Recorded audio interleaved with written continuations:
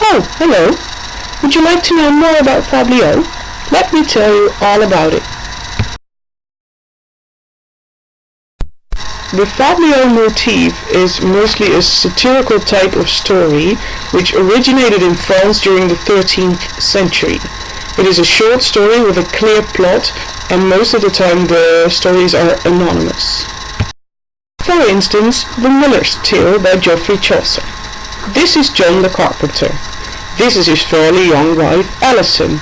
And this is Nicholas, a young astronomy student. Nicholas was madly in love with Alison, but she was married to John the Carpenter. Alison was also in love with Nicholas, but what can they do? She's married to John.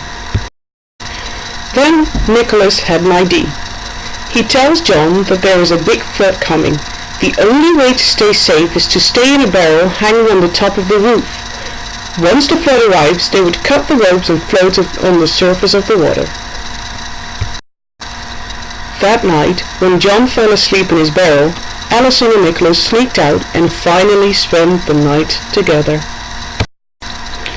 During that night, John suddenly woke up from someone screaming, "Water!" He thought the flood had begun and he cut the ropes. He fell on the ground in his barrel and was injured. People around him laughed and John was very embarrassed.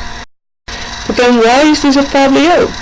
It is satirical because Nicholas tricked John and John was humiliated. It is also a short story because it has a quick plot, and normally those stories have 20 to 1300 lines per story. Well, now you know what a Fabliaux motif is. I hope you enjoyed the video. Created using Powtoon.